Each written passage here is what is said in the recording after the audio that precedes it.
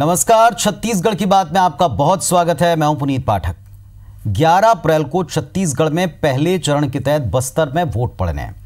नक्सल प्रभावित बस्तर में सुरक्षित मतदान कराना हमेशा से चुनौती रहा और ऐसे में नक्सलियों ने 24 घंटे के भीतर 2 बड़े हमले करके सरकार, चुनाव आयोग और सुरक्षा बल सबको चुनौती दी है। नक्सलवाद को लेकर पिछले कुछ समय से राज्य सरकार के रुख पर लगातार विपक्ष हमलावर रहा है। बीजेपी को एक बार फिर मौका मिला है कि वो उसे कटघरे में खड़ा करे, लेकिन सवाल ये कि चुनाव से ऐन पहले हुए नक्सल अटैक पर सरकार का अगला कदम क्या होगा? चुनाव में इस हमले का कोई असर पड़ेगा? अगर तो कितना? चर्चा इस पर करेंगे, लेकिन इसके पहले रिपोर्ट देख लेते हैं।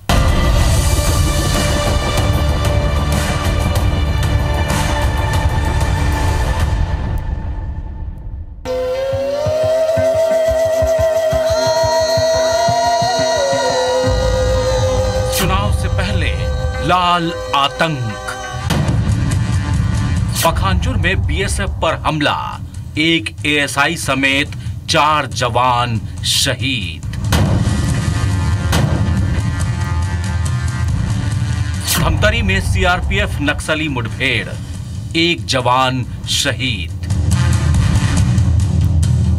बस्तर में लोकसभा का बिगुल बजने के साथ ही नक्सलियों ने लोकतांत्रिक प्रक्रिया में खून बहाने की कोशिश शुरू कर दी है। छत्तीसगढ़ में पहले चरण की वोटिंग से ठीक 1 सप्ताह पहले नक्सलियों ने लगातार 2 हमले किए। अलग अलग मुठभेड़ में 24 घंटे के भीतर 5 जवान शहीद हो गए, जबकि 3 घायल हैं। नक्सलियों ने गुरुवार को पहले पखांजूर से करीब 35 किलोमीटर दूर मोहला के जंगलों में रोड ओपनिंग पार्टी पर एम्बुश लगाकर हमला किया। इस हमले में बीएसएफ के 4 जवान शहीद हो गए, जबकि 2 जवान गंभीर रूप से घायल हुए।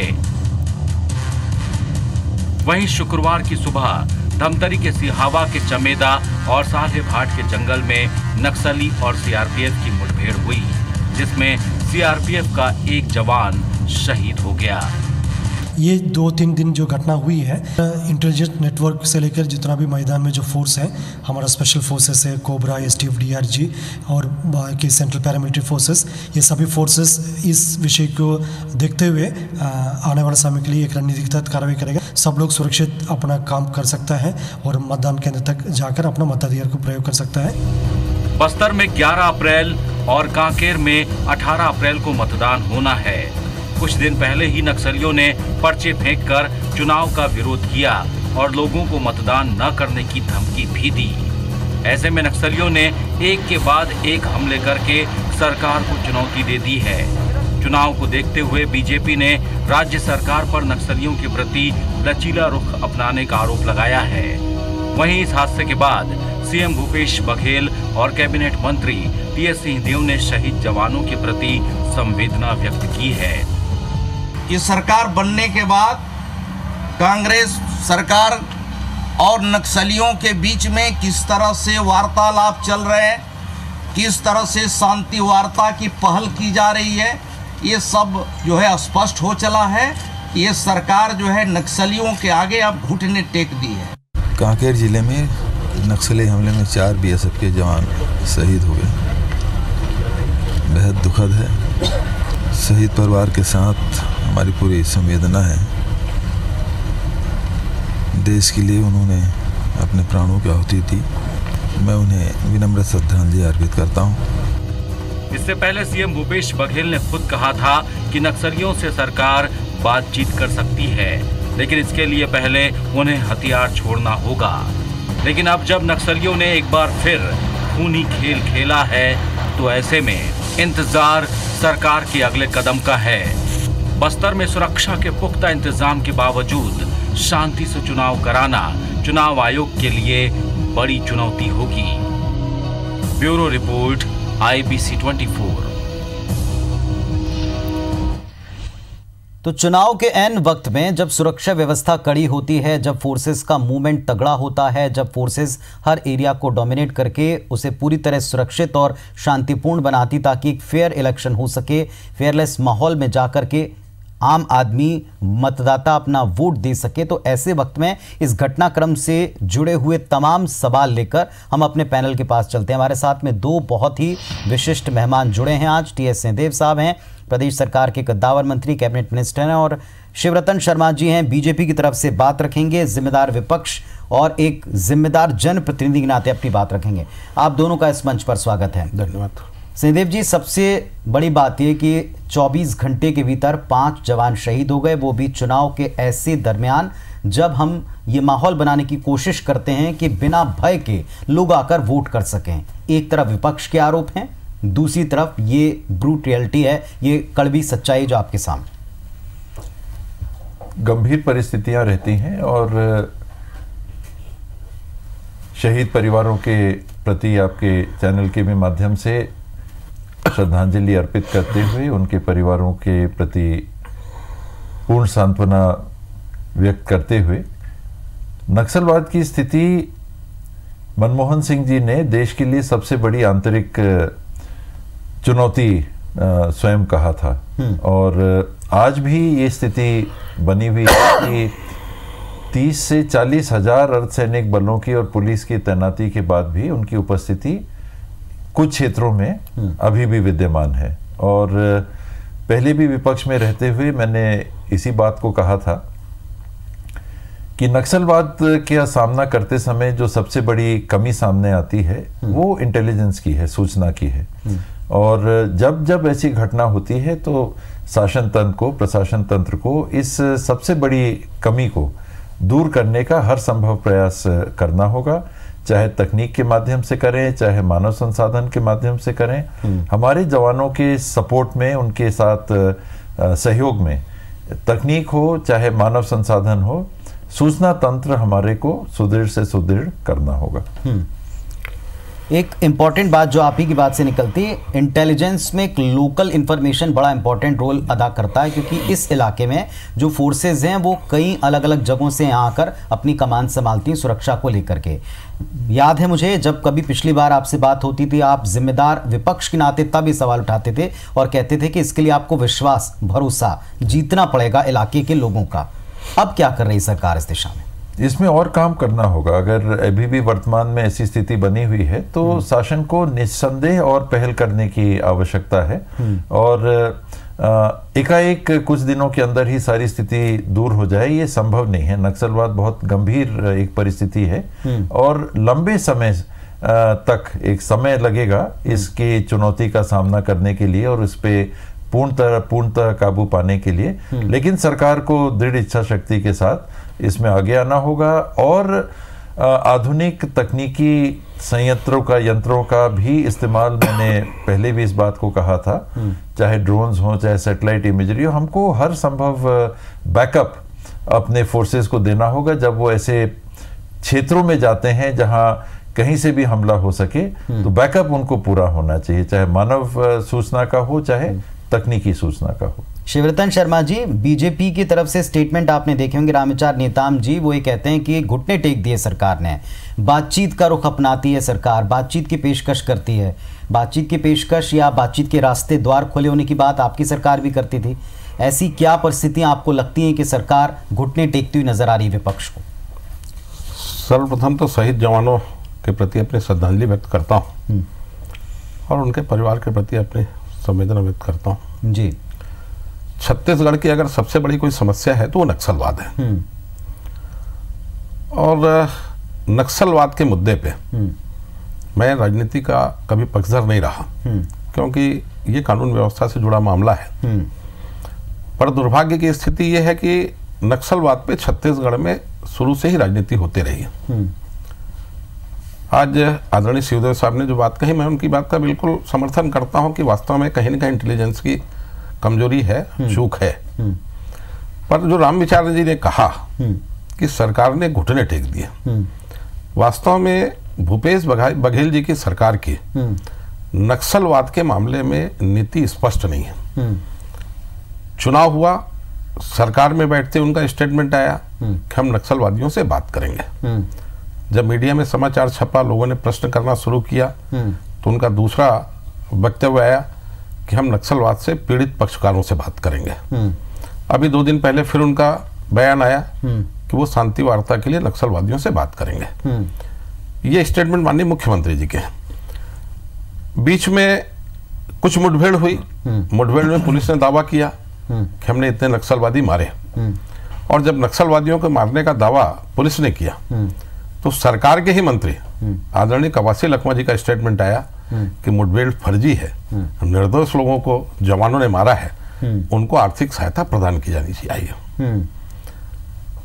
पुलिस सही बोल रही है, मंत्री जी सही बोल रहे हैं, ये क्लियर सरकार को करना चाहिए। आज आपकी सरकार का एक मंत्री मुठभेड़ को फर्जी बता रहा है, पुलिस का जवान कह रहा है कि हमने नक्सलियों को मारा है, तो जनता के बीच क्या मैसेज जाएगा? ठीक है, आपके 2 पॉइंट मैं अगर इस बात से निकालना चाहूं तो पहली बात यह कि सरकार की नीति स्पष्ट नहीं, इस पर उत्तर लेता हूं, लेकिन आपने शुरुआत इस बात से की कि इस मुद्दे पर कम से कम जो सबसे बड़ी समस्या है प्रदेश की, उस पर पॉलिटिक्स नहीं होना चाहिए। तो जो ये कह रहे हैं कि नक्सलियों के आगे घुटने टेक दिए रामविचार नेताम जी, क्या ये पॉलिटिकल मजबूरी वाला आपका स्टेटमेंट है? नहीं, पहले तब विपक्ष था, अब आप विपक्ष में। बिल्कुल बिल्कुल, घुटने टेक दिए रामविचार जी ने जो कहा, ये वर्तमान परिस्थितियां जो 2 महीने आपके सामने रखी, उसके चलते उन्होंने कहा कि सरकार ने घुटने टेक दिए। भाई सरकार की नीति स्पष्ट नहीं रहेगी तो यही माना जाएगा कि सरकार कहीं ना कहीं कमजोर पड़ी है, घुटने टेक रही है। और मैंने उदाहरण आपके सामने रखे, तो रामविचार जी का वक्तव्य अपने आप में सही है। देखिए पंजाब में भी आतंकवाद था, मैंने विधानसभा में भी बोला और आपके चैनल में भी 1-2 बार बोले ये बात को। ये जो समस्याएं होती है, इसमें जब तक पुलिस जवानों को पॉलिटिकल सपोर्ट नहीं मिलेगा तब तक सफलता प्राप्त नहीं हो सकती। पंजाब में जब आतंकवाद चल रहा था, रिबेरो जैसा व्यक्ति डीजीपी बना और रिबेरो को उसको सफलता नहीं मिली, जबकि उसका पुलिस का बैकग्राउंड बहुत अच्छा था। गिल साहब सफल हुए। गिल साहब की सफलता के पीछे कारण यह था कि सारे राजनीतिक दलों का उनको पूरा समर्थन मिला। डॉक्टर रमन सिंह की सरकार नक्सलवादियों के खिलाफ ईमानदारी से लड़ाई लड़ रही थी, पर जो सहयोग जिम्मेदार विपक्ष के नाते कांग्रेस का सरकार को मिलना चाहिए था, वो सहयोग नहीं मिला। फिर भी हम ईमानदारी से लड़ाई लड़ते रहे। हमारी नीति स्पष्ट थी कि हम गोली का जवाब गोली से देंगे, नक्सलवादियों को छत्तीसगढ़ छोड़ना पड़ेगा। ठीक है, पर यहाँ सरकार की दोहरी भूमिका है। जो एक मंत्री अलग बोल रहा है और पुलिस के जवान नक्सल ऑपरेशन के इंचार्ज अलग बात बोल रहे हैं। चलिए तीनों पॉइंट का उत्तर दीजिएगा सिंहदेव जी। पहली बात उन्होंने कहा कि आपने विपक्ष के नाते तब सहयोग नहीं किया, दूसरी बात उन्होंने की कि सरकार की नीति स्पष्ट नहीं, और तीसरी बात की कि जो मुख्य आरोप है, सीधा आरोप है कि आप घुटने टेक रहे हैं, सरकार घुटने टेक रही है। सरकार को घुटने टेकने का तो कहीं प्रश्न नहीं उठता, और मुझे नहीं दिखता कि कहीं भी ऐसी परिस्थिति झलकी भी होगी कि सरकार की दृढ़ता में नक्सलवाद की समस्या और स्थिति से निपटने के लिए कहीं भी कोई कमी या कोताही की गई होगी, कहीं फोर्सेस में कमी की गई होगी, या पहल में कहीं भी कोई ऐसी बात हो जिसको घुटने टेकने के करीब भी कहा जा सके। और मेरा ये मानना है कि रामविचार सिंह जी जैसे इतने परिपक्व और वरिष्ठ नेता को ऐसे बयान से भी परहेज करना चाहिए जो ऐसा संदेश भी दे कि कहीं ना कहीं शासन मैं इसको इस परिवेश में कह रहा हूं जो शिवरतन जी ने कहा कि राजनीति के ऊपर हमको कम से कम ऐसी स्थितियों में रहना चाहिए। तो हम क्या ये संदेश विपक्ष के माध्यम से देना चाह रहे हैं कि छत्तीसगढ़ की सरकार कमजोर है? क्या ये सब विपक्ष को ऐसा संदेश देना चाहिए? मेरे ख्याल से 15 साल तक भारतीय जनता पार्टी की सरकार रही होगी, ऐसा बयान नहीं आया होगा, झीरम घाटी में भी ये नहीं कहा होगा कि घुटने टेक दिए। 15 साल में मुझे तो एक समय भी एक ऐसा दृष्टांत याद नहीं आ रहा हो कि हम लोगों ने ये कहा हो कि सरकार सरेंडर हो गई नक्सलियों के सामने। कमियां रही, तंत्र की कमियां रही, उसकी कमियां रही, ऐसा स्टेटमेंट कभी नहीं आया था। और 15 साल में अगर सफलतापूर्वक नीति को अपनाया जा रहा था तो ये स्थिति विद्यमान कैसी रही, झीरम घाटी से लेकर अन्य अनेकों घटनाएं रही। देखिए, इसको इन शब्दों में या नजरिए से चर्चा में लाना मैं नहीं समझता कि सकारात्मक परिणाम तक कभी भी पहुंचा पाएगा। वस्तुस्थिति क्या है कि छत्तीसगढ़ में और विशेष करके दक्षिणी क्षेत्र में और अब पूर्वी और पश्चिमी क्षेत्र में भी नक्सलियों की उपस्थिति दिखने लगी है। और इस पे काबू पाने के लिए मैंने पहले भी अपना ये विचार रखा था कि हमको सूचना का तंत्र लोगों को विश्वास में लेके इसको हमको और कारगर बनाना होगा, तकनीकी उपकरणों का इस्तेमाल करना पड़ेगा, करना चाहिए। और घोषणा पत्र के बनाने के समय जब मैं भी बस्तर क्षेत्र के अनेकों जिलों में जाने का मौका मिला, लोगों से बात की, तो एक बात जो सामने आई थी वो ये आई थी कि लोगों का अगर आपको विश्वास जीतना है, मानव आपको सूचना तंत्र चाहिए, लोगों का विश्वास आपके साथ होना चाहिए, तो ये परिस्थिति नहीं होनी चाहिए कि लोगों को बंदी बना दिया गया और सालों बंदी रहने के बाद में उनको छोड़ दिया जाता है कोर्ट में ये कहकर कि सबूत नहीं है। ठीक है, तो इसके लिए भी सरकार ने अपनी ओर से ये पहल की है कि जायज ऐसे केसेस में त्वरित कार्रवाई हो, और जहां आपके पास सबूत ही नहीं है तो सालों तक उनको बंदी बना के रखना उनका विश्वास अर्जित नहीं कर सकता। इसके साथ विकास के कार्यों में तेजी लाना, सड़क के निर्माण में तेजी लाना, रोजगार उपलब्ध कराना, अन्य सुविधाएं उनको उपलब्ध कराने में लगातार एक विश्वास जीतने का प्रयास और पहल ये सरकार कर रही है। मुझे नहीं लगता कि इसमें कोई कमी हुई है, बल्कि स्थिति बेहतर होती हुई मुझे दिखी है इसमें। चलिए एक छोटा सा ब्रेक, जी मैं आता हूं शर्मा जी, आपके पास एक बहुत छोटा सा ब्रेक लेना पड़ेगा। यहाँ ब्रेक के बाद दोनों से दो महत्वपूर्ण सवाल हैं। सरकार की स्थिति, सरकार का विजन, अगर वो बातचीत की तरफ जाती है या अगर वो विश्वास मेकिंग की तरफ जाती है, तो क्या इसका गलत प्रचार विपक्ष कर रहा है? विपक्ष जिस शिकायत को लेकर के उस समय के विपक्ष की तरफ उंगलियां उठाता था, अब आप जिम्मेदार विपक्ष हैं, तो आप सरकार को कमजोर ठहरा के खुद क्या इसका गेन ले सकते हैं? दोनों सवाल पूछूंगा। साहब शिवरतन शर्मा जी, दोनों पक्षों से हमारे साथ दो जिम्मेदार नेता जुड़े हुए हैं और पक्ष की बात रख रहे हैं। शर्मा जी, आपको विपक्ष से शिकायत थी कि वो तब साथ नहीं देते थे, क्या आप आज साथ हैं सरकार के? आज आप सरकार को कमजोर करके क्या इसका राजनीतिक लाभ लेना चाहते हैं? देखिए, नक्सलवाद के मुद्दे पे कानून व्यवस्था को ठीक करने के लिए सरकार ईमानदारी से लड़ाई लड़ेगी, तो विपक्ष सकारात्मक ढंग से। कहां ईमानदारी नजर नहीं आ रही आपको? मैं बता रहा हूं ना, कहां ईमानदारी नजर नहीं आ रही। मैंने पहले कहा कि पुलिस कहती है कि हमने नक्सलवादियों को मारा, सरकार का एक मंत्री कहता है कि फर्जी मुठभेड़ है, मृतक परिवार को आर्थिक सहायता देना चाहिए। सरकार को क्लियर कहना चाहिए कि मंत्री सही बोल रहा है कि पुलिस के जवान सही बोल रहे हैं, और जो गलत है उस पर कार्रवाई करनी चाहिए। आप में इतना साहस होना चाहिए, अगर मंत्री गलत है तो मंत्री को निकाल बाहर करें। और एक बार नहीं, इस प्रकार के बयान इस 4 महीने के अंदर कवासी लखमा जी के पुलिस कार्रवाई के बाद 2 बार आए। तो सरकार की नीति कहां स्पष्ट है? आप राजनीति कर रहे हैं तो एक तरफ मंत्री से कहलवा रहे हैं, बयान दिलवा रहे हैं कि फर्जी मुठभेड़ है, और दूसरी तरफ पुलिस का जवान का, पुलिस का नक्सल ऑपरेशन का अधिकारी बोलता है कि हमने इतने नक्सलवादियों को मार दिया। तो सरकार नक्सलवाद पे राजनीति कर रही है। अगर नक्सलवाद पे राजनीति नहीं कर रही है तो कार्रवाई करके या तो मंत्री पे कार्रवाई करे, या नक्सल ऑपरेशन के अधिकारी गलत बोल रहे हैं तो उनके खिलाफ कार्रवाई करे। क्या विपक्ष कमजोर सरकार को ठहरा के नक्सलवाद के खिलाफ, क्या वाकई इससे फायदा होगा, इससे लाभ होगा? देखिए, हम नक्सलवाद के खिलाफ बोल करके, कार्रवाई करके कोई राजनीतिक लाभ ना पहले लेने का प्रयास किए हैं, ना उस नाम पे हम आज राजनीति करना चाहते हैं। हम तो चाहते हैं कि छत्तीसगढ़ से नक्सलवाद पूरी तरह से समाप्त होना चाहिए। नक्सलवाद छत्तीसगढ़ की सबसे बड़ी समस्या है, इससे लोगों को निजात मिलना चाहिए। और इसमें सरकार अगर ठोस कार्रवाई करती है, ईमानदारी के साथ कार्रवाई करती है, अच्छी मानसिकता के साथ कार्रवाई करती है, तो विपक्ष सरकार के साथ खड़ा होगा। सिंहदेव जी, क्या सरकार का स्टैंड क्लियर नहीं आ पा रहा, या जिन बयानों का जिक्र कर रहे हैं, मंत्री कवासी लखमा के बयानों का जिक्र कर रहे हैं शिवरतन शर्मा जी, क्या इनसे कोई व्यवधान आता है या मिसकम्युनिकेशन होता है? मंत्री के रूप में ऐसा बयान, मैं इस बात से सहमत हूं कि विरोधाभास नहीं होना चाहिए। तंत्र आपका प्रशासनिक अगर एक काम करके एक बयान दे रहा है, तो शासन की तरफ से ठीक विपरीत उल्टा बयान आना, ये इस पे जरूर चिंतन होना चाहिए, इस पे चर्चा भी होनी चाहिए, चिंतन भी होना चाहिए, आत्मचिंतन भी होना चाहिए। और जो घटनाक्रम हुआ, निश्चित रूप से उसके तह तक जाके देखना चाहिए कि पुलिस ने अगर ऐसा कहा तो वास्तव में नक्सली थे कि नहीं। अगर मंत्री ये कह रहे हैं कि वो नक्सली नहीं थे, तो ये क्लियर स्थिति जरूर क्लियर होनी चाहिए। मैं इस बात से सहमत हूं, और ऐसे बयान हमको जरूर संयमित होकर बयान देने। चुनाव का वक्त है, हर चीज परसेप्शन क्रिएट करती है। देश का चुनाव है हालांकि, लेकिन इन 11 सीटों पर आप को जो मुख्य तौर पर चुनौती मिलेगी उसमें प्रदेश के इश्यूज भी आएंगे, और प्रदेश का सबसे बड़ा इशू अगर नक्सलवाद को कहें तो ये गलत भी नहीं होगा।